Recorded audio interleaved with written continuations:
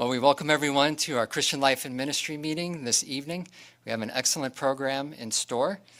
Let's begin our meeting with song and prayer. So we invite you to stand and join in singing song number 75, Here I Am, Send Me. Song 75, and then Brother Tony Canis will give our opening prayer.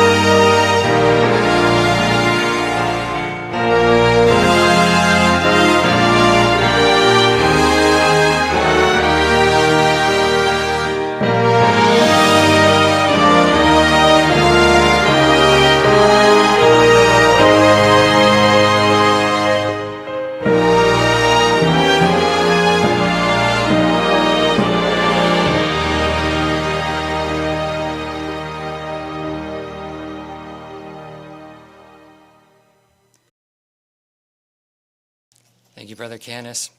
Well, we look forward to an encouraging meeting tonight. Our song really set the stage. We know that there's plenty to do in Jehovah's organization, and there's plenty to do right here in our congregation. So how can we imitate Isaiah's volunteer spirit? Well, we'll discuss that in the Treasures Talk. We know we have many ways to preach the good news. We'll discuss why the house-to-house ministry is our primary way to spread the good news. Well, let's start our meeting by giving our attention to Brother Dan Stallo. He's going to present the Treasures from God's Word part with the theme, Here I Am, Send Me.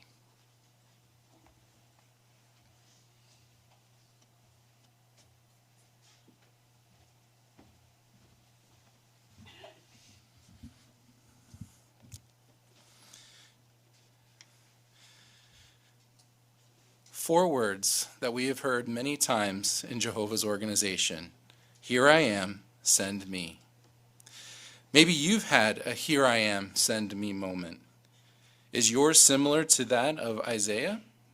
Well, let's take a moment to take the context of when these words were spoken and what moved Isaiah to say these words with such conviction. If you turn in your Bibles to Isaiah chapter 6, and we look at the context, we can see that Isaiah was here observing Jehovah's temple in vision. And what he was seeing was so moving that he was getting emotionally wrapped up in what he was seeing. Then come the words of Isaiah chapter 6, verse 8. Let's read this together. Isaiah chapter 6, verse 8. Then I heard the voice of Jehovah saying, whom shall I send? And who will go for us? And with that, or who will go for us? And I said, here I am, send me. Now, if we look at the picture that's in our workbook and we consider Isaiah, he's looking up in the heavens. He sees Jehovah's miraculous heavenly organization, and he's moved to say these four words. Now, if Jehovah asked you the same question, who will go for us? Who will go for us? What are the first things that come to your mind? Are you thinking, well, where am I going to go? Who am I going to talk to? What am I going to say? How am I going to support myself? These are all valid questions, things we would want to know. But Isaiah responded instantly. And we can see here that his volunteer spirit was without hesitation. In fact, Isaiah was so moved that he was immediately willing to submit to whatever Jehovah had in store for him. Now, when it comes to us, we may have a similar moment in our life. Maybe it was when we made our dedication to Jehovah, when we said that we were willing to put his will first. Did we express in a similar way, here I am, send me, without really knowing what we were about to do? But one thing that's nice about Jehovah is he doesn't leave us in the dark. And he didn't leave Isaiah in the dark either. If you go back to Isaiah chapter 6, let's take a moment and we're going to look at verses 9 and 10. That's Isaiah chapter 6, verses 9 and 10. And he replied, go and say to this people, you will hear again and again, but you will not understand. You will see again and again, but you will not get any knowledge. Make the heart of this people unreceptive. Make their ears unresponsive, and paste their eyes together, so that they may not see with their eyes and hear with their ears, so that their heart may not understand, and they may not turn back and be healed. Well, what was Jehovah saying to Isaiah in this? Was he telling him to be rude, to show no tact in his message? Well, no. Jehovah was helping Isaiah to see what kind of response he was going to get. Isaiah's commission was to his friends, to his family, to his nation. If you were told by Jehovah to go to your family, how would you approach them? Wouldn't you show them every consideration? Wouldn't you extend them every courtesy, being polite, empathetic, trying to draw them to this beautiful message that you've been given? Of course. And Isaiah was going to do the same thing. But Jehovah was helping him to see how the nation as a whole would respond. Now, when it came to his message, the people's heart did become unreceptive. And he went to them again and again and again, each time hoping that they would be willing to listen. Well, what does that sound like to you or to me? Doesn't that sound like our ministry work? We go back to the same people in our territory again and again. Maybe you're standing at the cart and you see the same people walk by at the same time every day. What kind of response do we get? Do we get a response of they're warmly welcoming us, every single person that we talk to or tried to talk to, either in public witnessing or in the door-to-door work? No. In fact, what often are we found to have? I'm sorry, I'm busy.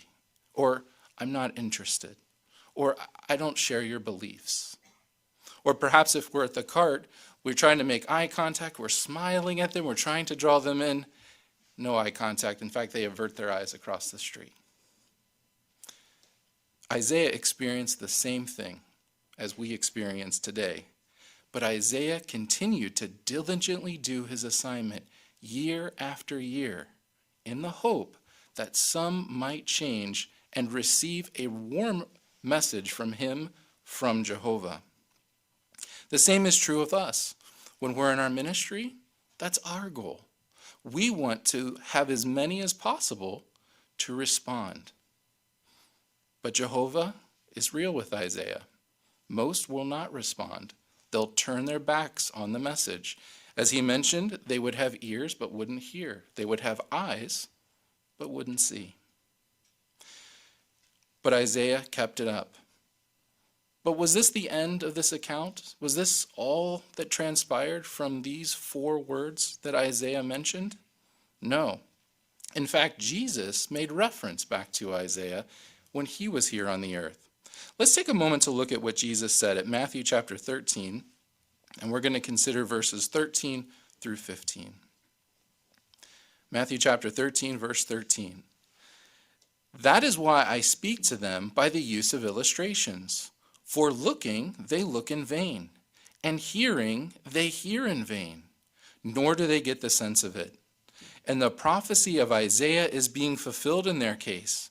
It says, you will indeed hear, but by no means get the sense of it. And you will indeed look, but by no means see. For the heart of this people has grown unreceptive, and with their ears they have heard without response, and they have shut their eyes, so they might never see with their eyes, and hear with their ears, and get the sense of it with their hearts, and turn back, and I heal them. Now we know that Jesus was the greatest teacher who ever walked the earth. What was his response to the message he was sharing from his Father? Exactly the same as Isaiah, and exactly the same as we should expect. But Jesus, too, continued to give individuals opportunities, and Isaiah's task was in fact prophetic. His willingness to go forth and send this message from Jehovah to others was something that Jehovah's Son Jesus himself did while he was here on the earth. So let's take a look at our second picture. Now here we have depicted Isaiah preaching to the nation. What do we see and what don't we see? Well, Isaiah is clearly trying to deliver the message, but is anyone paying attention? Well, in this particular picture, there is one man looking. Might he be one who's willing to listen further to what Isaiah has to say? But the vast majority are just going about their business. And that's the reality of the preaching work that we have today. There are honest-hearted ones that we're searching for and that we want and long to draw to Jehovah, just like Isaiah did in his time. And many today, especially here in our congregation, have had the "Here I am, send me" spirit. Think about this. Here are some options or opportunities that you may have had in your life. When you dedicated your life to Jehovah, you said, "Here I am, send me." Have you filled out an application to extend yourself? Maybe you've done seldom work territory, or perhaps you've auxiliary pioneered, regular pioneered, special pioneered. Maybe you've applied for Bethel service, SKE, Gilead. So many opportunities for us to say, "Here I am, send me." But what's one thing that we need to make sure about ourselves? Well, if we're in this kind of environment, it could get discouraging. So our question for meditation is very crucial for each and every one of us. How can I improve in showing the volunteer spirit? The simple answer: remember the example of Isaiah and always say to Jehovah, "Here I am, send me.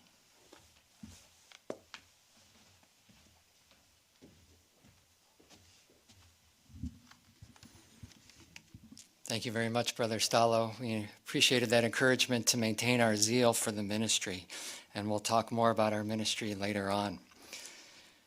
Well, we look forward to hearing what gems you have gathered from our Bible reading this week. We're considering Isaiah chapters 6 through 8, so let's give our attention to Brother Chase Green.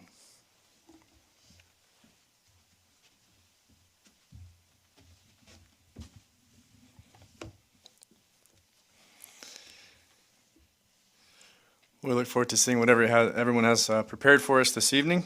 This week we were considering Isaiah chapters 6 through 8.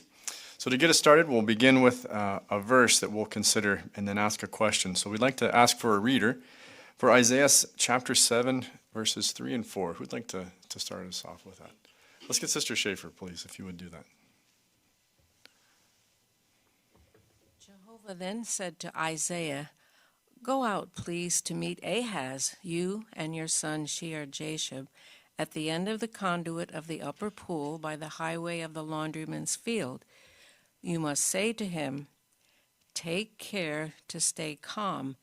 Do not be afraid, and do not lose heart because of these two stumps of smoldering logs, because of the hot anger of Rezin and Syria and the son of Remaliah.'" Thank you so much, Sister Schaefer. So we now have our question. Why did Jehovah extend salvation to wicked King Ahaz? Let's start with Sister Barraza, please. Jehovah extended salvation to this wicked king because of a covenant that he made with David. Jehovah promised David that he would never remove the kingship from his line of descent. And so when the king of Assyria and Israel planned to dethrone King Ahaz and put a non-descendant of David on the throne, Jehovah had to intervene. Yeah, very good. Thank you. And then let's get Sister Frant, please. This is a great reminder for us that sometimes we have to pull up and kind of look at the big picture of things, because if you were living during that time of wicked King Ahaz, you were probably hoping for a new king. Everything in the Insight book talks about all the horrible things that he did. However, in the big picture, Jehovah had this promise, and he had to make sure that that Davidic line was kept leading to Jesus. And so he actually had Isaiah later on in the chapter start prophesying about Jesus just to give the people hope. And so we can see how important it is sometimes to not just look at what's going on now, but remember Jehovah has a big picture in view. Yeah, very nice. Thank you. And now let's get Brother Mejia, please. This made me think about how Satan here is, so to speak, breaking the rules of the arrangement Jehovah has allowed him to govern. And Jehovah could use that as, well, I'm going to break the rules too, but he doesn't. He steps in because his word has to be fulfilled and it lives up to his name. But he'll never follow in Satan's footsteps and try to break the rules, so to speak, like he does. Yeah, very good. Thank you. Excellent. Let's get one more. Sister Bellows, please. I thought it was interesting, Isaiah's prophecy commented on that verse, describing Rezin and Syria as two stumps of smoldering logs. And it was referring to the time that, before this time, when Assyria had come against Judah with fiery rage. But now at this point, they're reassured that these Rezin and Syria are no longer great threats. But it drew a parallel to Christendom and how they have provided fiery persecution for Jehovah's people, but now they resemble a log that's nearly burned up. Yeah, very nice. Thank you very much, Sister Bellows. Appreciate that. So let's go ahead and open it up then to the rest of our chapters for the week. So our question again, what spiritual gems from this week's Bible reading would you like to share?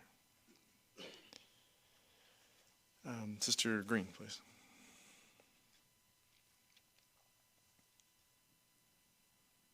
Chapter 6, verse 11. Isaiah says, "How long, O Jehovah?" And at first glance, it might seem that he's asking, after finding out how unresponsive the people were going to be, it might seem that he's thinking, well, how long am I going to have to put up with these people for? But really, the research guide helps us to see that he was just worried about the people, and he was worried about Jehovah's name and how long his name would be dishonored. So it just made me think that when we do reach out to do more, we want to look at the bigger picture, not so much how this assignment would affect us or what we would like, but just the bigger picture, and then how it would help Jehovah with his will. Yeah, thank you. Very good. Let's get Brother Quinn right there. Appreciate a lesson in Jehovah's patience and mercy with Ahaz there in chapter 7 and verse 3. He tells Isaiah to go to him at a time when Ahaz should have been seeking Isaiah's advice out. And then later in verse 11, Jehovah tells Isaiah to tell him to reach out to your God, Jehovah. So even at a time when he's already showing tendencies towards false worship, Jehovah honors him by still saying that he's his God. So really we see that Jehovah didn't choose to look into the future and for the purpose of writing Ahaz off for choosing to align with worldly governments and so forth. He gave him the benefit of the doubt, so to speak. So we can oftentimes probably see ourselves like an Ahaz, but the reality is that we're no doubt not even close to that. Rather, we're more like Isaiah, where Jehovah extends such mercy and kindness. Let's get Sister Shanna Felt. In chapter 8, verses 11 through 13, we read about Jehovah's hand prodding Isaiah to speak against, it says, the way of the people, or what was a popular trend at the time. And it goes on in verse 13, he reminds us that Jehovah of armies, he's the one we should fear. He is the one that should cause you to tremble. So similarly today, Jehovah's servants can guard against putting their trust in politics or what could be trendy at the time with the world, and this can help us to stay calm and have confidence in Jehovah. Thank you. Very good. Let's get Sister Hunt, please. There's a beautiful watchtower around the scripture at Isaiah chapter 8, verses 22, where 21 rather, the latter part speaks of Israel being hungry, indignant, and calling down evil on both the king and Jehovah. And this watchtower comment cautions us against becoming enraged at Jehovah, because that's really what happened. The people, instead of repenting and turning to Jehovah for aid, became enraged against Jehovah as if he was the cause of their problems. But in that article, it says when problems come, instead of looking to Jehovah for help and dealing with hardships, if you become enraged, you blame him for your problems, and we could easily fall into that trap. So I really appreciated how not to imitate that example, but really look to Jehovah for help with our problems. Yeah, very good. Thank you. Okay, let's get Mike, please. Mike Cuccinella.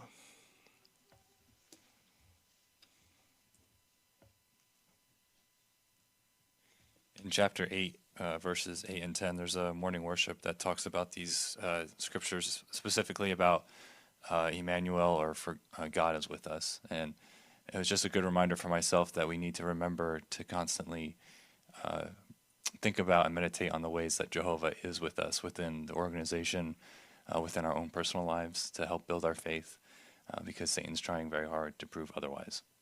Yeah, thank you. Very good. Let's get Sister Burke, please.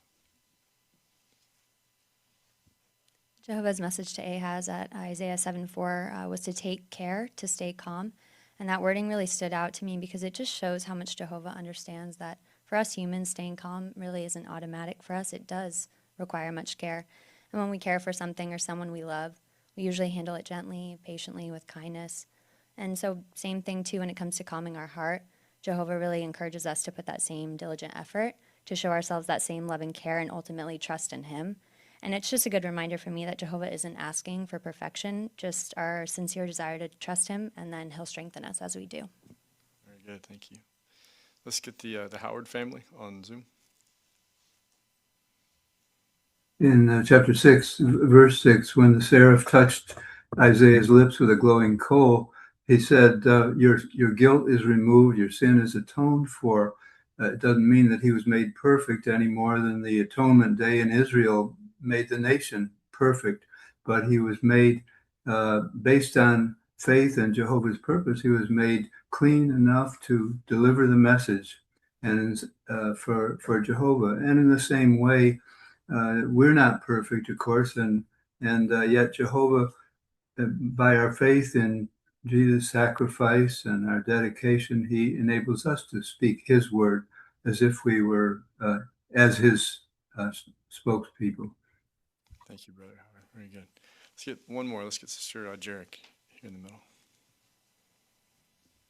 I find it so interesting, the position Isaiah was in when he said, "Here I am, send me." He had a wife at the time. In Isaiah chapter 8, verse 3, it says, "I had relations with the prophetess," or wife. So she had an assignment as a prophetess. And before then, he had a son. And then right after he speaks to King Ahaz, he has another son who's a newborn. So really, Isaiah was not in a great position, but he still had a willing spirit. So similarly, we may not have the best circumstances, and we may want to wait until we have those circumstances to have, the security of it, but we want to imitate Isaiah and just let Jehovah take control of our lives. Thank you very much. Excellent. Thank you so much, everyone, for your preparation, and we'll give our attention back to the chairman.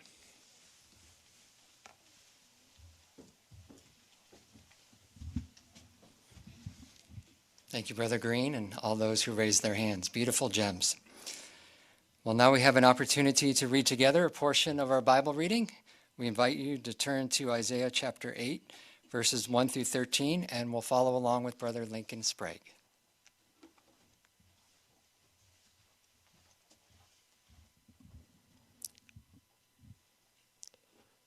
Jehovah said to me, "Take a large tablet and write on it with an ordinary stylus, Maher Shalal Hashbaz, and let me have it confirmed in writing by faithful witnesses, Uriah the priest, and Zechariah the son of Jerebekiah." Then I had relations with the prophetess, and she became pregnant, and in time gave birth to a son. Jehovah then said to me, "Name him Maher Shalal Hashbaz, for before the boy knows how to call out, 'My father and my mother,' the resources of Damascus and the spoil of Samaria will be carried away before the king of Assyria." Jehovah spoke to me again, "Because this people has rejected the gently flowing waters of the Shiloah, and they rejoice over Rezin and the son of Remaliah. Therefore, look, Jehovah will bring against them the mighty and vast waters of the river, the king of Assyria and all his glory. He will come up over all his stream beds and overflow all his banks and sweep through Judah. He will flood and pass through, reaching to the neck. His outspread wings will fill the breadth of your land, O Emmanuel. Cause harm, you peoples, but you will be shattered to pieces. Listen, all you from distant parts of the earth. Prepare for battle, but you will be shattered to pieces. Prepare for battle, but you will be shattered to pieces. Devise a plan, but it will be thwarted. Say what you like, but it will not succeed, for God is with us. With his strong hand on me, this is what Jehovah said to me, to warn me away from following the course of this people. You should not call a conspiracy what this people calls a conspiracy. Do not fear what they fear. Do not tremble at it. Jehovah of armies, he is the one you should regard as holy. He is the one you should fear, and he is the one who should cause you to tremble.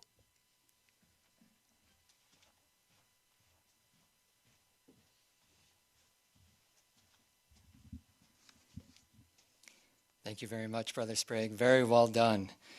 You had an excellent pace to your reading, and you were working on accurate reading. And this reading really was a bit of a challenge. You had plenty of names there to work on and pronouncing correctly. You also had to be able to put the right emphasis with all of the exclamation points in that reading. You did a wonderful job in regard to both of those. It's very clear that you prepared, and that's really the key to accurate reading, is to have prepared in advance so that we can read it comfortably and give it the proper meaning. So thank you very much. Well, we're going to now focus on our house-to-house ministry. So we're looking at starting a conversation, and we have Sister Ashley Canis and Sister Nicole Canis, and Sister Ashley will be sharing a Bible truth from the Love People brochure. Good morning. It's nice to find you at home. How are you doing today? I'm okay. How can I help you?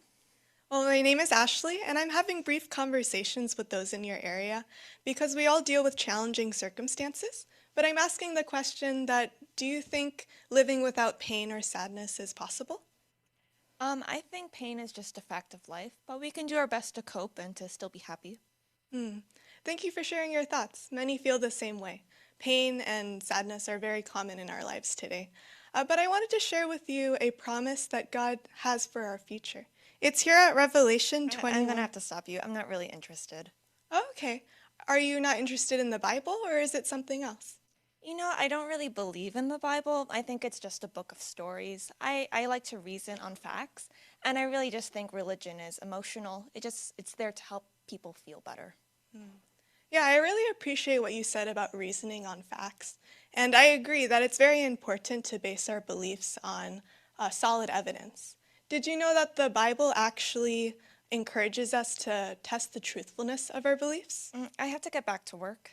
Okay, I understand. But thank you so much for your time, and I really enjoyed speaking with you.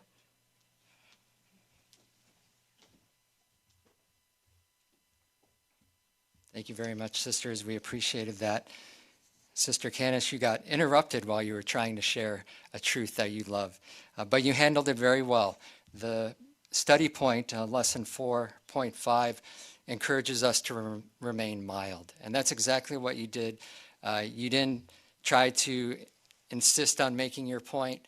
You were able to adjust to acknowledge her viewpoint, and then when it was clear that it was time to end the conversation, you did just that, which opens the door for you or someone else to be able to have a productive conversation in the future. So thank you very much for that demonstration.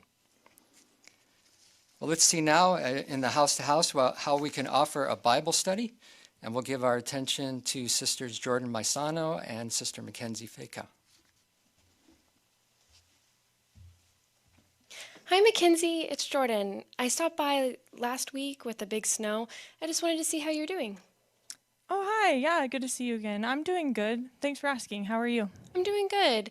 I know that you mentioned last week that, with the colder weather and the shorter days, you're feeling a little bit down, with the cold and everything. I just wanted to see, how are you doing? Are you doing any better, or has it gotten a little worse?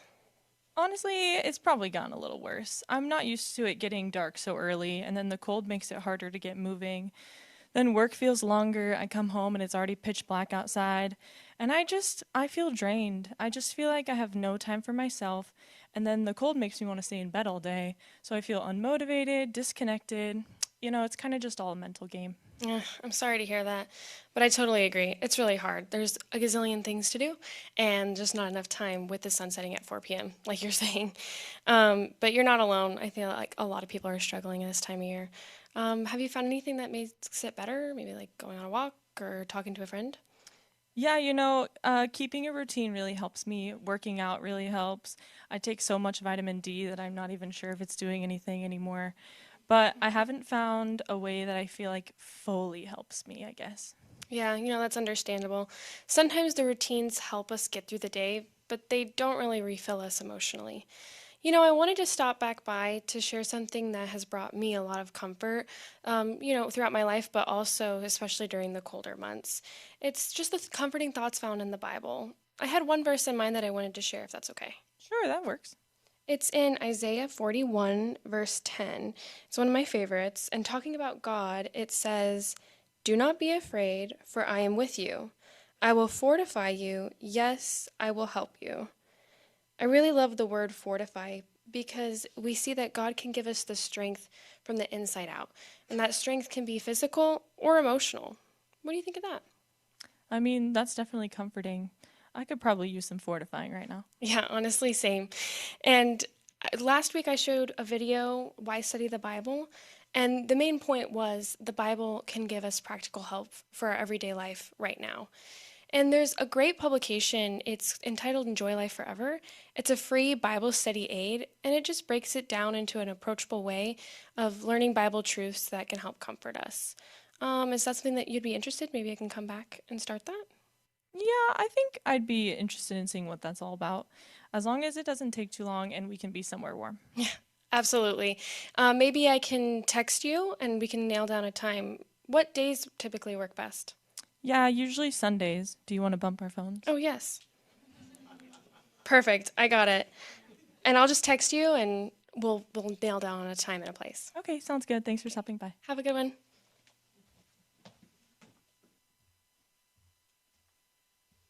Thank you very much, sisters. Sister Maisano, you had a very timely topic of discussion there, topic of conversation to discuss the winter weather and the short days. We can certainly relate to that. Your householder was struggling with that a bit, and you were able to relate to her feelings and really to listen to what she had to say. And that's a study point you were working on, to listen carefully, to allow the householder to express themselves, express their concerns, and then pay attention and build off of that. And you did a nice transition there to share something with her that could encourage her during these dark winter days. So thank you for that. Well, now we'll continue on in the house to house, and we're going to demonstrate a Bible study. And we'll give our attention to Sisters Becky Cass-Stevens and Brittany Seiko.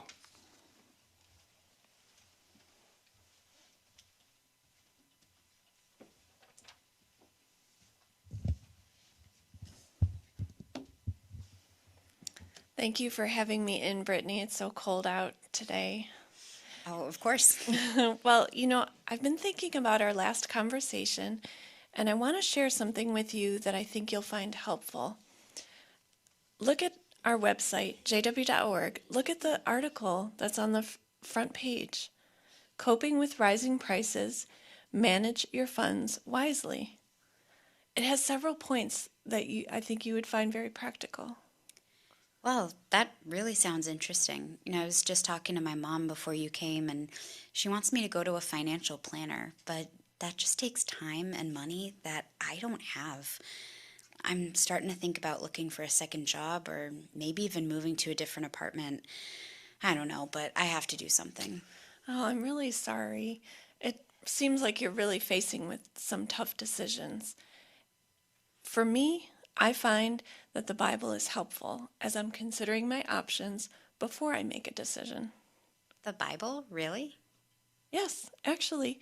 If you have your phone there, can you open to this article that I just showed you on the website, and maybe we can just look at it together. If you scroll down under the heading, What You Can Do, can you read that verse there, Luke 14:28? Just click on the link.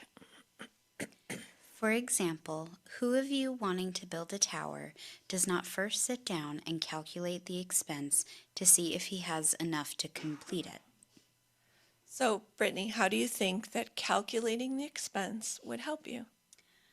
Well, of course, if I figure out in advance how much something is going to cost, then I know how much money I need. Yeah, exactly. The article also mentions that living within our means can be hard, but having a practical, well-thought-out budget can help. Well, that makes sense. I guess a budget would help keep my unnecessary spending down. Yeah, I think that would help all of us. Now, the article, if you keep scrolling down, you'll see there's several more suggestions that may work for you. But at the bottom, click on that where it says Next, and we'll go to the next article in this series. And that heading is Be Content. Can you read the scripture that's there, 1 Timothy 6:8? Having food and clothing, we will be content with these things. So how does this Bible verse help you to manage the money that you do have? Well, I really need to focus on getting what I need and don't worry about having everything that I might necessarily want. Yeah, exactly. And this article even suggests avoiding advertisements or social media that highlights the wealth and extravagant lifestyles of other people. Wow, that's really good. I've definitely bought things just because, an ad has come up on my phone and not because I actually need it. Yeah, that's why they do it. When you have a few minutes, read through the rest of the articles. I think you'll especially like the last article in the series, Be Hopeful. Oh, wow. I could definitely use some hope, that's for sure. Well, what do you think, Brittany? Can you see how the Bible can help you to make decisions about your finances? Yeah, I guess I just didn't expect that the Bible could help me with money problems. Yeah. One last question before we move on. What does the fact that God included this subject in His Word, what does that teach you about Him?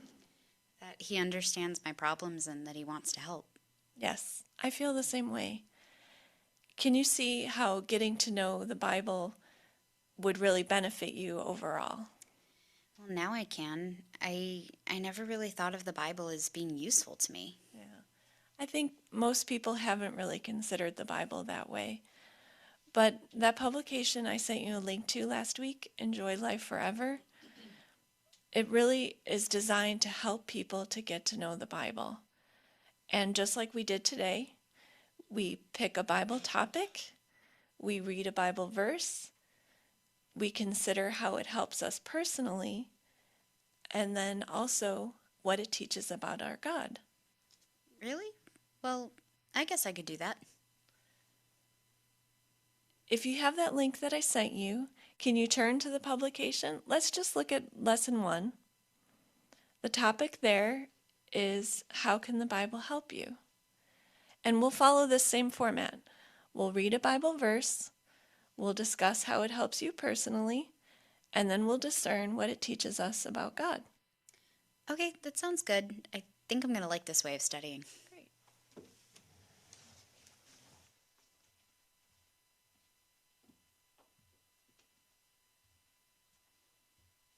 Thank you very much, sisters. We really appreciated that.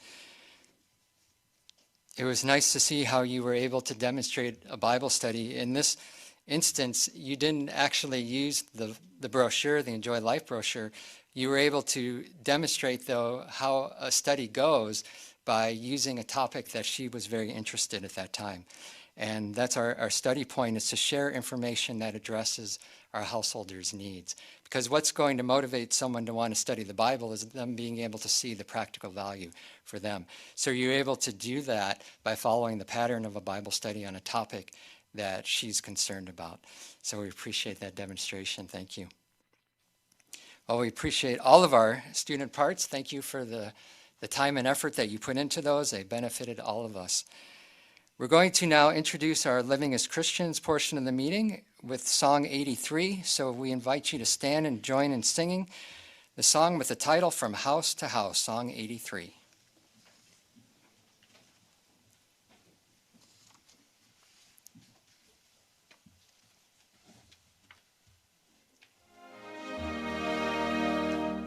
From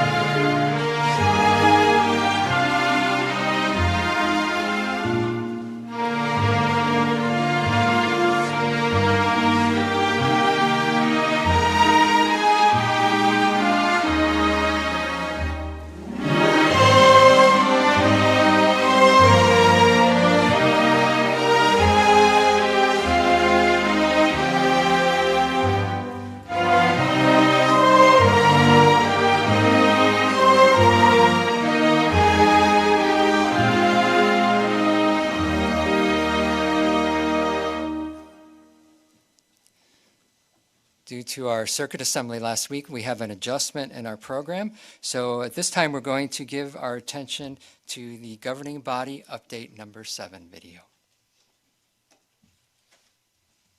Welcome. In this program, we'll share exciting highlights from the 2025 Service Year Report.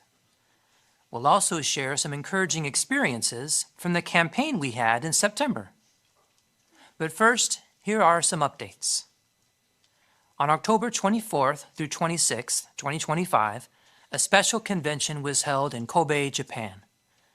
Over 3,000 delegates attended from 35 countries. The peak attendance was 22,591. A highlight was the baptism of 93 new brothers and sisters. Conventions strengthen our brotherhood. They also give a powerful witness.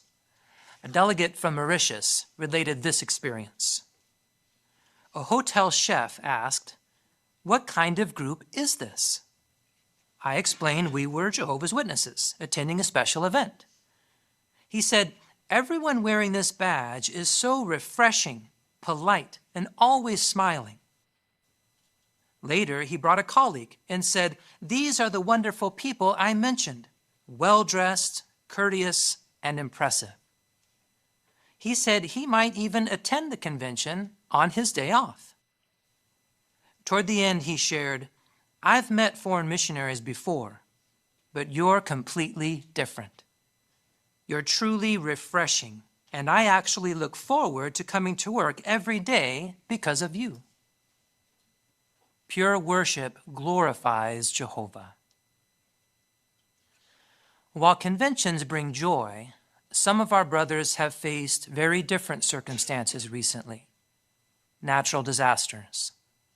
The Philippines faced multiple natural disasters in the span of 7 weeks. They had 5 typhoons and 2 significant earthquakes. As a result, nearly 2,000 publishers were displaced and 99 homes were destroyed.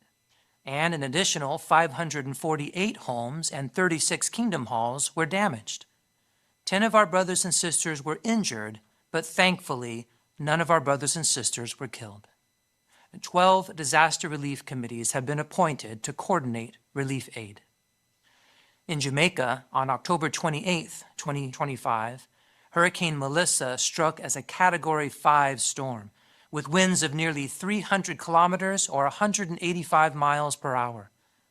This was one of the strongest hurricanes ever recorded in the Atlantic Ocean. Deadly floods and landslides also hit Jamaica's southern coast. Hurricane Melissa also affected parts of Haiti, the Dominican Republic, Cuba, the Bahamas, the Turks and Caicos Islands, and Bermuda. How were our brothers affected? Thankfully, none of our brothers or sisters were killed, but 14 were injured. A combined total of 679 were displaced, 79 homes were destroyed, and 1,165 additional homes were damaged. 4 kingdom halls were destroyed.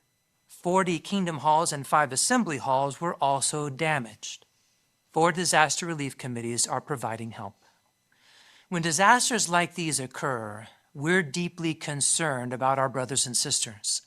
It's just as the Apostle Paul said at 1 Corinthians 12, 25, and 26. So that there should be no division in the body, but its members should have mutual concern for one another. If one member suffers, all the other members suffer with it. According to the study note on verse 25, the phrase, its members should have mutual concern for one another, literally means the members should be anxious over one another. It goes on to say, the use of this verb highlights the intensity with which the members of the Christian congregation should care about the spiritual, physical, and material welfare of fellow believers. Please continue to pray earnestly for those affected by disasters earth-wide. We're also deeply grateful for the many volunteers working to provide spiritual, physical, and material relief. And that includes all of you. Thank you for your prayers and your generous donations, which make this relief work possible. Brothers and sisters, Whatever challenges you're facing, we're so encouraged to see your zeal for the ministry. That zeal was evident in our recent worldwide preaching campaign. In September 2025, we had the joy of sharing in the global distribution of the Watchtower entitled An End to War, How? We also invited interested ones to the special talk. Here are a couple of encouraging experiences from the campaign. A sister in Argentina made a special effort to share in public witnessing during her lunch break. She knew her employer was a former Bible student, so she told her about the global campaign. She also encouraged her to consider resuming her Bible study. Later, the sister learned that 2 co-workers overheard the conversation and had many questions. As a result, both co-workers accepted a Bible study. The next day, the sister's employer agreed to resume her study. Now all 3 are studying and 2 attended the special talk. In Belgium, a woman kindly greeted 2 sisters who knocked on her door. When the sister showed her the featured issue of the Watchtower, she readily accepted it. On a subsequent visit, the woman told our sisters that she had also visited our website. She had watched the video, Why Does God Allow Suffering? She said that she appreciated the logical, reassuring answers to her questions. The sisters offered her a Bible study, which she gladly accepted. While attending the special talk, the woman listened attentively. After the program, the woman said that she longs to be around people who genuinely want to serve God. She continues to enjoy a regular Bible study. But these experiences are just a tiny glimpse of what happened during the special campaign. But now, let's look at the report of our preaching activities for the 2025 service year. The 2025 year text encouraged us to give Jehovah the glory due his name. Well, Jehovah's people all over the world did just that. We rejoiced to see an average of 9,047,083 publishers. That represents a 2.5% increase. What's more, out of the 241 lands where we preach the good news, 96 reported all-time peaks in the number of publishers. In addition to the worldwide campaign to offer Bible studies in September 2024, various branches hosted local preaching campaigns during the service year. The emphasis on starting conversations and offering Bible studies clearly has Jehovah's blessing. For example, from June to August 2025, our brothers and sisters in Peru shared in a preaching campaign. What was the objective? To reach communities in 5 diverse regions of the country. These range from the Amazon River to high in the Andes Mountains. What was the response? During the campaign, nearly 10,000 people expressed interest in our Bible study course and asked to learn more about it. Similarly, from July to August 2025, thousands of our brothers and sisters shared in the first ever preaching campaign in Zambia's Western Province. An estimated 1.3 million people live in this vast and beautiful region. For many people who live in remote areas of the province, this was their first opportunity to hear the Bible's message. What was the result? During the campaign, over 24,500 people requested a Bible study. Isn't that amazing? Truly, the fields are white for harvesting. In fact, worldwide, there was a 1.6% increase in the number of Bible studies conducted last service year. And it was heartwarming to see that 304,643 were baptized during the service year. This is a 2.8% increase over last year. And what about the memorial attendance? How encouraging that 20,635,015 attended the memorial, and 15 lands reported an all-time peak attendance. Let's hear some additional highlights from the 2025 service year report. In the Philippines, we had a new peak averaging over 268,200 publishers. And recently, for the 37th month in a row, we reached a new peak in regular pioneers, now totaling over 79,000. That's on average 531 new pioneers each month. In the country of Mexico, we reached a new peak of 879,024 publishers. And we also had a new peak of regular pioneers, more than 173,000. In Indonesia, we had a peak in the number of publishers, 32,371. That represents a 3% increase over last year. We also recently reached an all-time peak in the number of regular pioneers, over 7,100. In Angola, we had a 6% increase in the number of publishers. That brought us to over 184,000, which is a new peak. But since then, we've already reached a new all-time peak of 190,939 publishers in September. In Zimbabwe, we were pleased to see a peak in the number of publishers, over 53,700. That's an increase of 7%. In addition, we recently reached an all-time peak in the number of regular pioneers, over 10,600. In Congo-Kinshasa, we had an 11% increase in the number of publishers, with over 297,000. We also had all-time peaks in the number of Bible studies and in memorial attendance. In fact, over 1.4 million people attended the memorial. That is over 4 times the number of publishers. In the country of France, we are happy to report a new peak in the number of publishers, 139,548. In Madagascar, we had a 7% increase in the number of publishers. That brings us to a new peak of over 44,500. We had nearly 4 times that many attend the memorial, with an all-time peak of 176,453. In Brazil, we had a new peak of over 930,000 publishers. Since then, we've already reached a new all-time peak of over 940,000 publishers in September. These are just a few highlights from the 2025 Service Year Report.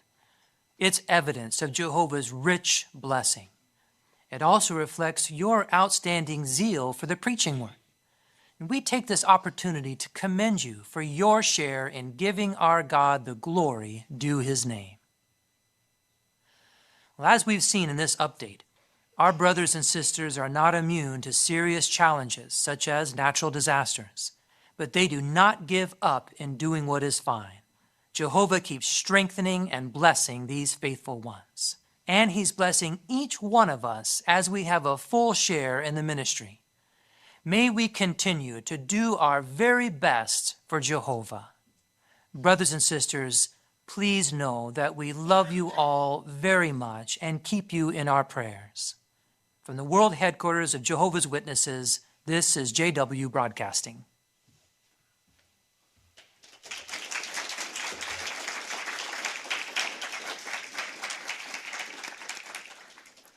We appreciate those updates on the work of our brothers and sisters around the globe. Let's give our attention now to Brother Jeremy Jarek. He's going to present the part House to House Preaching, our trademark.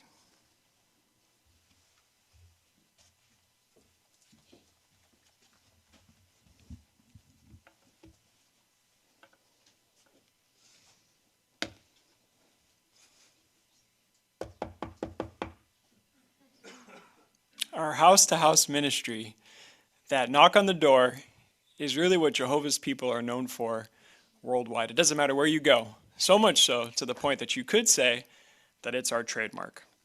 And that's for good reason, because not only does participating in the house-to-house ministry, not only is that fulfillment of Bible prophecy, it also puts us in harmony with the pattern established for us by the first century Christians and Jesus Christ himself. Now, of course, during the recent pandemic, our house-to-house ministry had to take a bit of a backseat compared to some other areas of our ministry, such as telephone witnessing, letter writing, and that had some benefits. But the house-to-house ministry remains our primary method of accomplishing our preaching work. So tonight we're going to consider a few questions that remind us not only of how the house-to-house ministry helps us to accomplish our ministry, but also how the house-to-house ministry benefits us. And then we have a really nice video, very fitting, that gives us some nice tips of how we can stay effective in our ministry, even when we're facing bad weather or the cold, such as we are this winter. So we'll get right into our questions. And due to the adjustment to our meeting, this part will move a little bit quicker, but we still look forward to your comments, so thank you so much. So our first question, how does the house-to-house ministry help us to cover our territory thoroughly? What would you say? Start with Sister Fenn, please.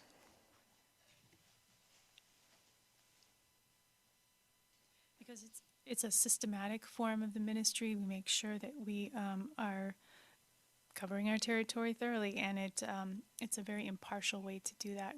We reach everyone. Yeah, very nice comment. Thank you. Can we have Sister Quinn, please? And when we talk to people at the carts or informally, we might be talking to people that are outside of our territory that might need to be passed on to a different congregation. But by doing the door-to-door work, we ensure that we're talking to people within our territory that we can cultivate interest with. Very nice. Thank you. Let's move on to our next question. How does the house-to-house ministry help us to improve our teaching ability and cultivate qualities such as courage, impartiality, and self-sacrifice? It's a really nice angle. Can we have visiting sister, was it Brown? Yeah, Sister Brown. Well, one way is we're going to the people instead of them coming to us. So we really don't know what the reaction of the householder will be, but it gives us the opportunity to rely on Jehovah and see how he supports us, which in turn helps us gain that courage to keep on knocking. Thank you. Nice comment. And Sister Cutshall, please. And door-to-door can take us out of our comfort zone, but the more we do it, the easier it gets. Very true. Thank you. And Sister Edwards, please. 1 Peter chapter 2, verse 17, we're told to honor men of all sorts. And so the Bible doesn't condone racism, homophobia, or xenophobia, but instead the ministry actually encourages us to be respectful to all people regardless of their race, nationality, or their social standing. So even if we disagree with what someone believes, we still treat them with kindness and respect. Very nice. Let's move on to our next question. How does the house-to-house ministry help us to start Bible studies?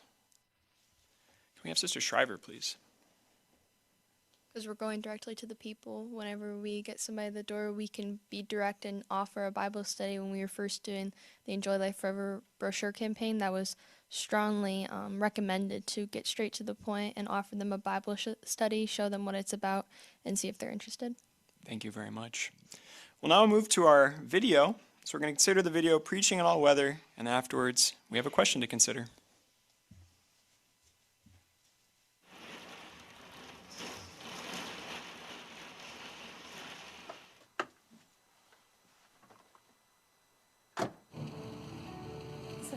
The Faroe Islands are also called the land of maybe.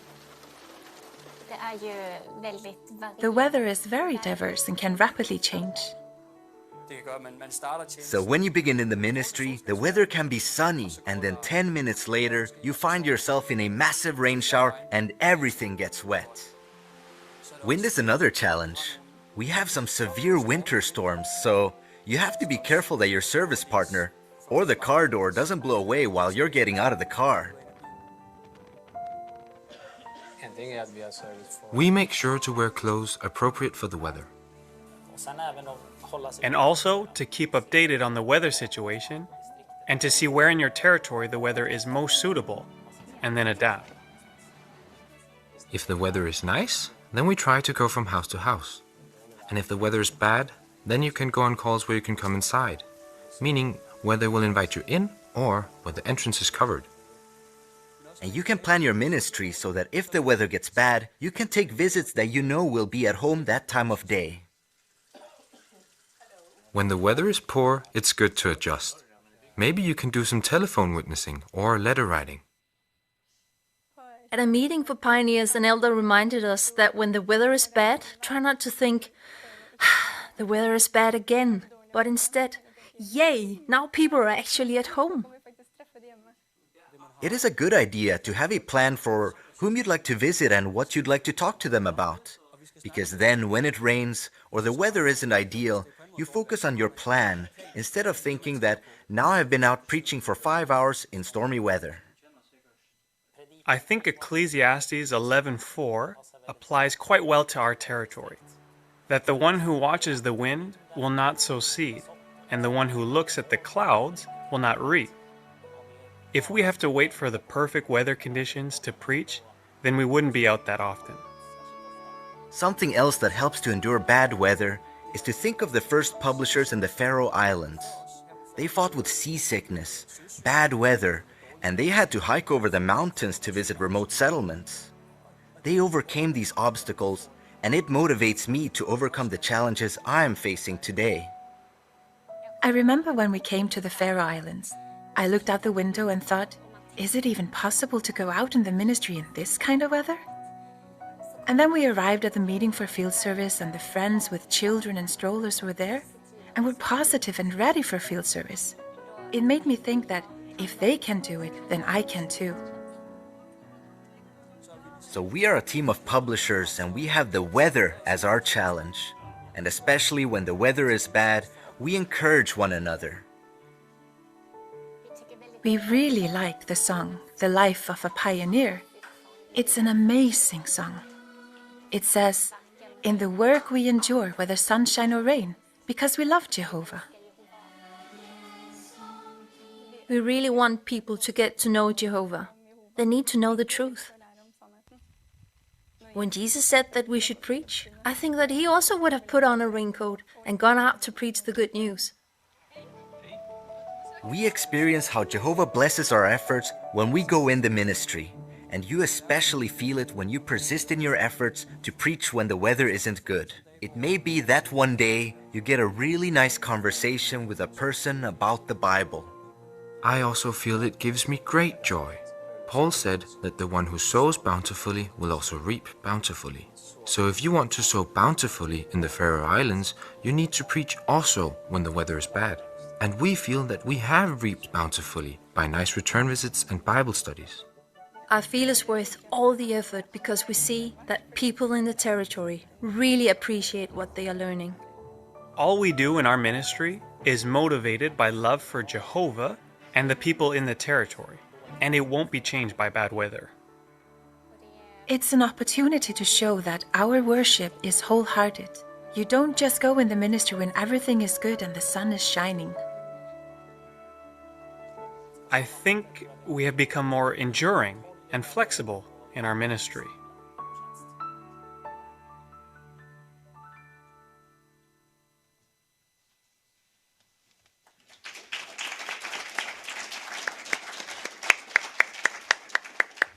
It's a wonderful video. So the question for us, what did you learn from the self-sacrificing evangelizers in the Faroe Islands?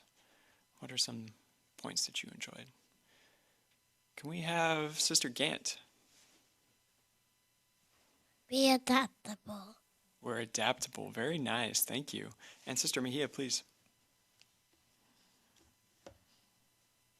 And even though we can be flexible, we can also have a plan. We can, regardless of the unpredictable weather, we can have a plan to do a few doors, to have return visits in mind, to bring our stuff for letter writing, phone witnessing, or already have a place to meet in mind in case we can't go out. And all this guarantees a productive and enjoyable day of service regardless of the weather. Thank you so much, friends, and thank you for all your comments. And I apologize if I missed your hand. So to briefly review, the house-to-house ministry is our trademark. Why? We have 3 reasons.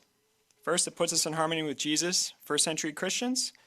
It's a time-tested and proven way of covering our territory, and we start Bible studies that way. Very important. And finally, it improves our teaching and builds in us qualities like faith, courage, and the list goes on. So may each of us then make it our determination to always have a regular share in the house-to-house ministry. Turn over to our chairman.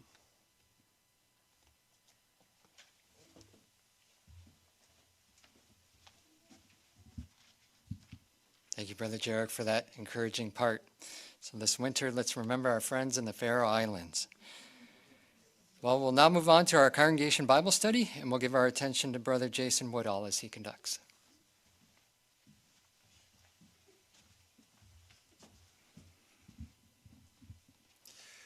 Well, we have a lot of material to cover in a very short period of time, so we look forward to hearing from your comments, your research, and really being able to glean as much as we can from these two lessons. The first lesson we'll be looking at is Brave and Loyal Jonathan. So what can we learn from his friendship with David, and what might we be able to imitate? Well, we'll follow along with Brother Shane Diger as he does the reading, and we'll start in Lesson 42. King Saul's oldest son, Jonathan, was a brave warrior. David said that Jonathan was faster than an eagle and stronger than a lion. One day, Jonathan saw 20 Philistine soldiers on a hill. He said to his armor bearer, "We will attack them only if Jehovah gives us a sign. If the Philistines tell us to come up, then we know to attack." The Philistines shouted, "Come up and fight." So the two men climbed up the hill and conquered the soldiers. Because he was Saul's oldest son, Jonathan would have been next in line to be king. But Jonathan knew that Jehovah had chosen David to be the next king of Israel. Yet he was not jealous. Jonathan and David became close friends. They promised to protect and defend each other.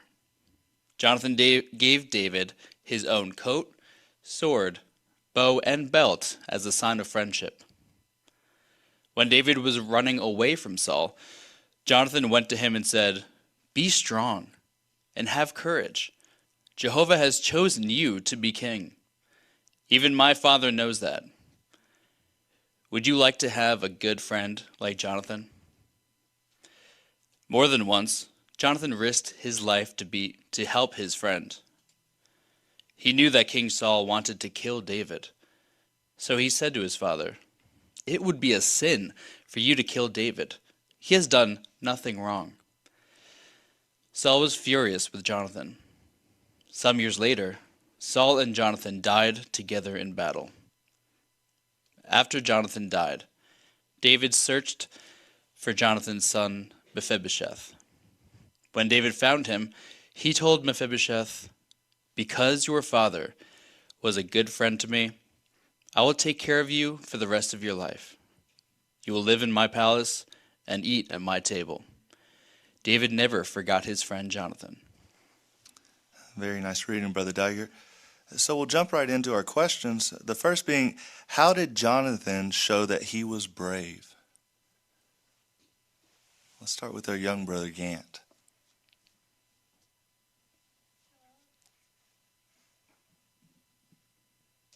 Beat up the soldiers.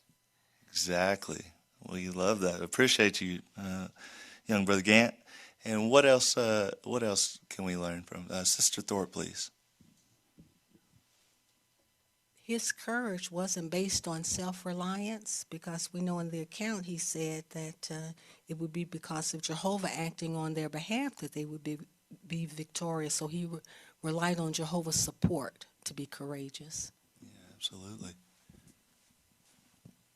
Brother Sprague. And what's impressive, aside from his military achievements, is that he was brave when choosing Jehovah over family. He did what was right in that way, which takes courage. Yeah, absolutely. So we've seen his bravery. Now we can focus on the next aspect. How did Jonathan show that he was loyal? Let's start with yes. He was loyal to David, but most importantly, he was loyal to Jehovah, because he knew that David was Jehovah's choice to be the next king. So he befriended David, he supported him, and even risked his life to help him. Thank you so much, Sister Stella. And I haven't got your name yet. Our sister in the back here. Yeah, it stood out to me that Jonathan had to go find David in the wilderness when he was running from his father Saul. But he made that effort to come see him, knowing the consequences if Saul found out. But that just must have strengthened David so much, getting that boost from Jonathan, his best friend and mentor, and one of the most fear-driven parts of his life. So Jonathan was truly what Jehovah was talking about when he says about a friend sticking closer than a brother. Yeah, very nice. Appreciate that. And Sister Douglas, please. I appreciate it. 1 Samuel 23, verse 16. It says that he helped David find strength in Jehovah when he went out and found him. So clearly that was the foundation of their friendship and their loyalty. Yeah, absolutely. Sister Schaefer, please. Also, another act of loyalty toward Jonathan was when David found his son, Mephibosheth. He was searching for him, and he wanted him to be sitting at his table, at the royal table, and he would care for him for the rest of his life. And this was such a surprise to young Mephibosheth because he was not healthy, and yet David wanted so much to care for him, as was so much it meant to him to be a friend of Jonathan. Yeah, beautiful, beautiful way to show how much he cared about Jonathan and that friendship that they had. Well, let's open it up to our other two questions. The first being,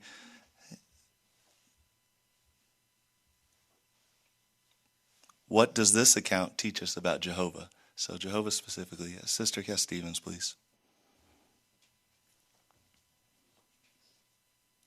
Well, Jehovah had this special relationship between David and Jonathan recorded for our benefit. So it showed me that he wants us to cultivate meaningful friendships with others who serve him, and that by doing so, it will bring us joy and happiness. And even when our circumstances change and we don't live near each other, those friendships are enduring. Yeah, that's so true. Brother Gaston. Also, in the situation where Saul hurled a spear at David, Jonathan saw that, but Jehovah didn't intervene to stop the spear. No harm came to David, of course, at that particular time. So it just goes to show that Jehovah will allow these trials. He'll also make a way out. And loyalty and faithful integrity will be protection. Yeah, absolutely. Brother Cutshaw. And I love the account where Jonathan asked Jehovah, should I go up and take over the Philistines on top of the hill? Because I think on one hand, it shows Jehovah's humility on letting Jonathan pick the terms of that sign and then saying, okay, I'm gonna give that sign to you. And then it also shows how Jehovah wants to reassure his servants that they have his direction. So good sign for us too, that Jehovah is more than willing to show us that we have his blessing. We just need to ask him and then look for it. Yeah, excellent. And that really leads us into our next question. What practical lessons can we learn from this account? Let's start with Sister Park. I really appreciated how Jonathan was willing to give his bow away, and that there was a Gilead talk that mentioned he gave away his bow, which was like giving away a part of his identity, because he is actually mentioned as a commander of 1,000 warriors. But giving away his bow meant that he was giving away not his person, his identity, but it represented him as a man. So for us, we don't want to measure our worth by our privileges or our assignments, but it's our love for Jehovah. That's what makes us valuable. And we want to support any decisions that are any changes that are made in the organization. Yeah, very nice. Brother Gant, please. When someone gets a privilege that we may have wanted, we don't want to be upset. We want to pray to be happy for them, support them, root for their success, and this way we can show loyalty, just like Jonathan did. Yeah, that's what friends do, right? Xavier, our visiting brother.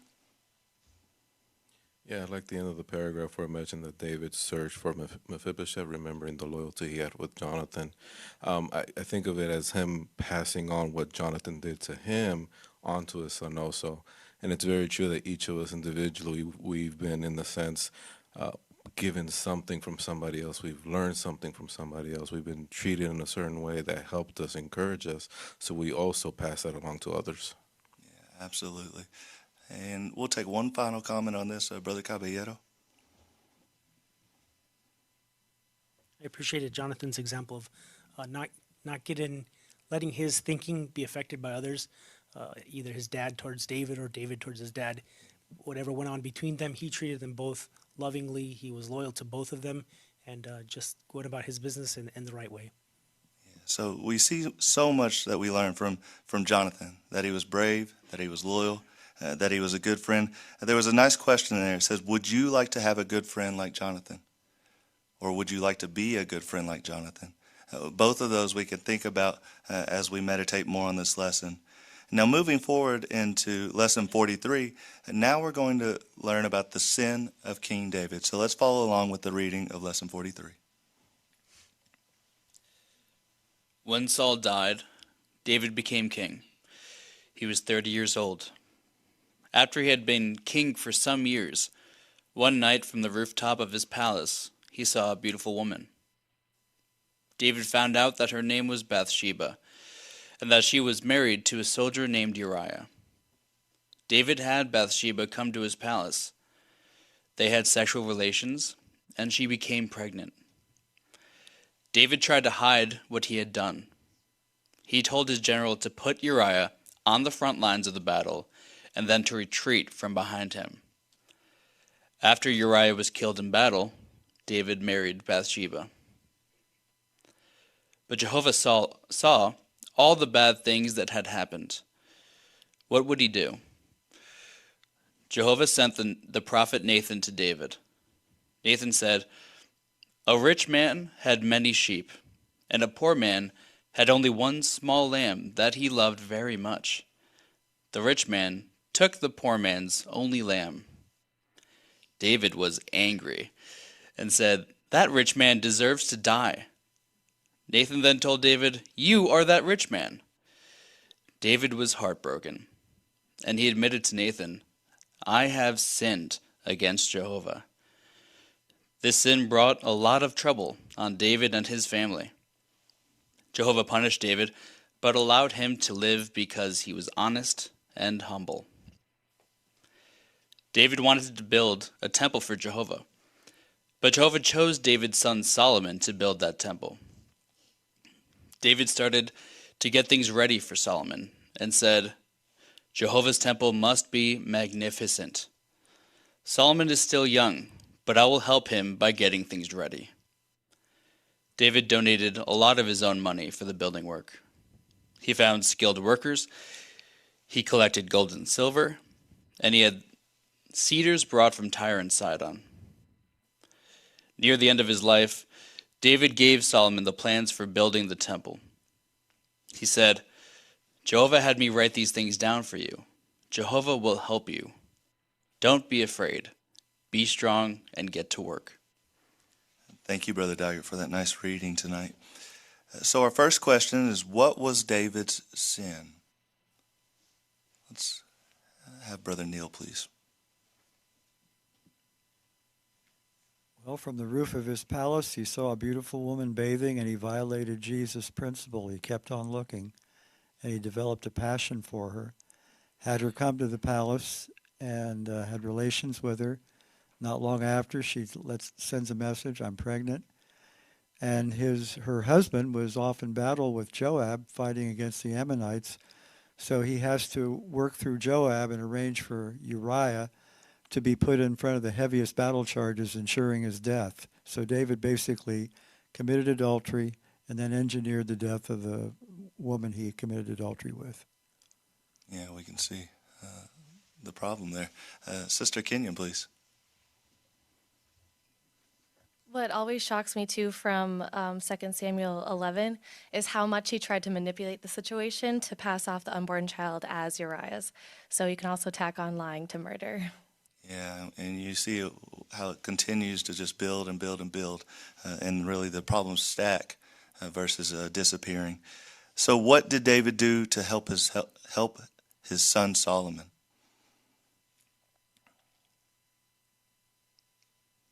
Sister Kerwin.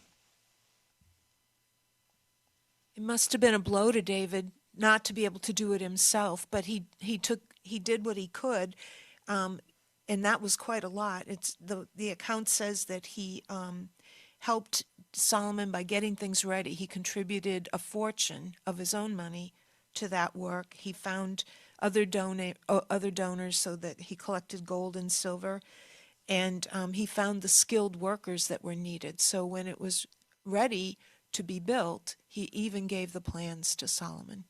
Yeah, we see how much he did there. Sister Candace, please. Yes, along with Kathy's comment, even though David he couldn't build this temple, he collect 100,000 talents of gold and 1 million talents of silver. And if we convert that to dollars now, it will be in gold, it will be $450 billion, and in silver, it will be $45.8 trillion. So we will see that really David contribute a huge amount of money. Yeah, absolutely. Now we see that this is in the same lesson, his son, and then what he contributed to the building of the temple. Now, in any way, do those two things correlate, or is that why he received forgiveness? What do we notice about the real reason he was forgiven and could move forward? Sister Bellows.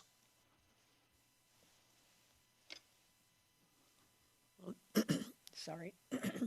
David readily admitted that he had sinned against Jehovah. He didn't try to rationalize or blame Bathsheba.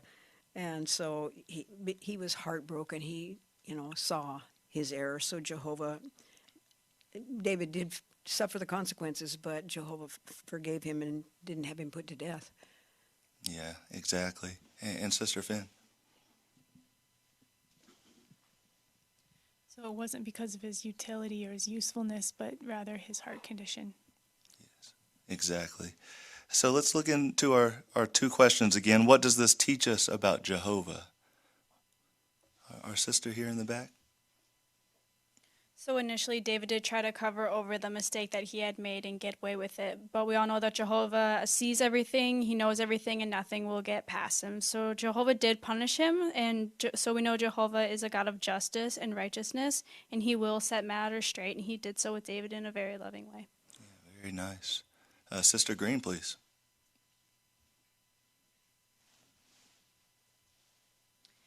I also really liked in 1 Chronicles 28:19, it says that David said, "The hand of Jehovah was upon me, and he gave me insight to put all the details of the architectural plan in writing."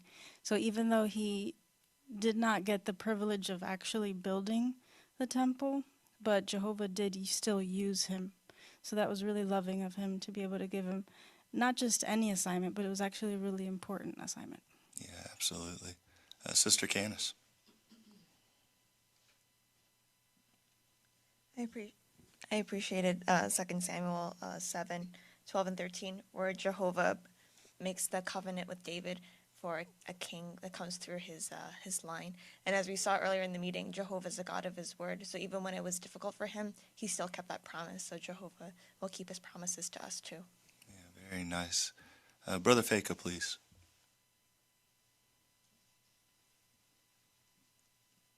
This entire account, too, it really just highlights the incredible mercy that Jehovah has. We think about all these things that David did and just piled on and on and on, and yet he forgave him. And he speaks of him in the Bible as a special possession, as somebody that Jehovah truly loved and valued even after he did all these bad things. And so it just gives us hope that not only is Jehovah a merciful God, but chances are we're never going to do anything close to the things David did. So any of the mistakes we do make, if we have that sincere heart condition, Jehovah will forgive us too. Thank you. And Brother or Sister Hart on Zoom. Jehovah would never have given David those privileges if he had not asked for forgiveness, because he must appreciate that Jehovah didn't ask David to build that temple, but that was something he wanted to do. And because he had forgiven him, he allowed that privilege. And now he stepped in with the covenant. That was something Jehovah wanted to do because that was a part of his purpose. Yeah, thank you very much, Sister Hart. And then we'll open up to that last question. What practical lessons can we learn from this account? Brother Shanafelt.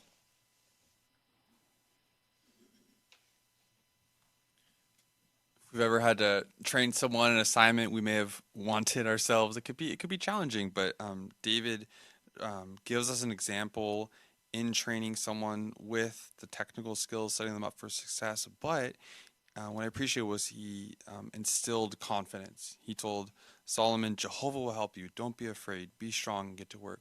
So similarly for us, if we're in a training position, we can give them the skills, but we can also instill confidence as we're sharing that, but also remind them of Jehovah's confidence in them as well to carry out the assignment.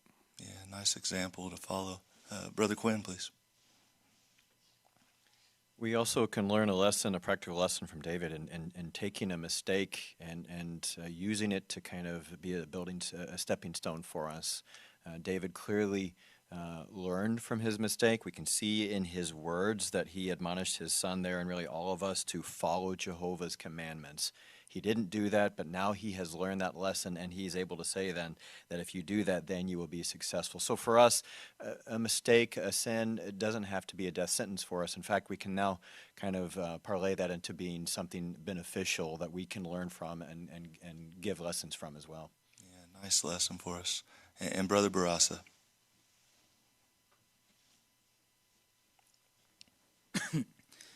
We can also learn about Jehovah and try to imitate him. In Psalms 103, 8 to 14, Jehovah help us to see his personality. He says he is merciful, he's compassionate. So, especially in the congregation right now, Jehovah is inviting us now to deal mercifully with, anybody who has erred, to help them to repent and to just put whatever they did in the past. Try to imitate Jehovah in the way we forgive others. Yeah, beautiful lessons that we are able to enjoy by looking at this book. The first, of course, as we talked about, Jonathan and the friendship and type of man that he was. But then here with David and a mistake, it didn't define him. He was able, like Brother Quinn brought out, able to learn from it and grow and continue to serve Jehovah. So appreciate your comments, and now we'll turn it back over to our chairman.